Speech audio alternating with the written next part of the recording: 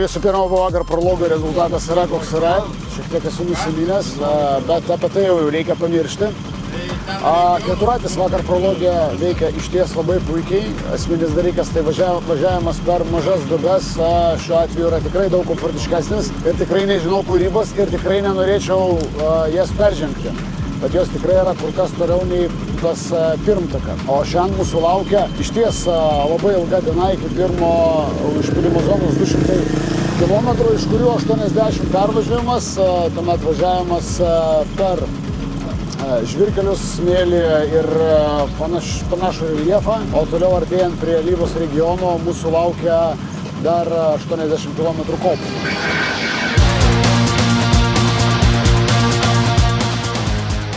Baigėsi pirmoji ralio diena, nuotaikos geros, važiavosi puikiai, rezultatas antras, bandžiau vytis pirmąjį pilotą, bet velniai griebtų šiek tiek per greitis jis yra, bet mes neleisim jam atsipalaiduoti, kad negalvotų, kad pergalės Abu Dabyje taip lengvai jam atitenka. 4 iš eilės kovoja dėl 5. Tegul jis ją ir iškovoja, bet tegul sunkiai. Tai tokį planą norim jam padaryti. O iš esmės, keturratis važiavo puikiai, keletas stipresnių šuolių. Palinkusios šaikės tradiciškai, o daugiau jokio didelio kriminalo.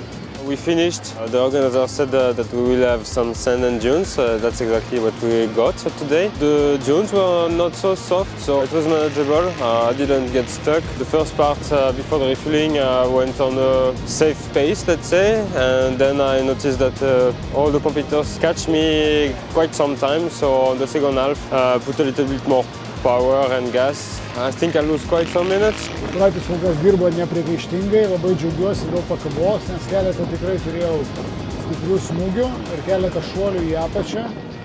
Bet su pirmtaku tie smūgiai būtų irgi išgyventi, bet tikrai su pasiekmėm. Važiuoti tikrai su šituo keturračiu daug lengviau. Tai skirtumas, nepasakysi, kad ten kosminis, bet tos smulkmenos, kurių tu ieškai, tobulinant keturratį, tai jos jau čia turi. Ar biškai patobulinti, tai turi tiesiog geresnį daiktą nei turėjom prieš tai.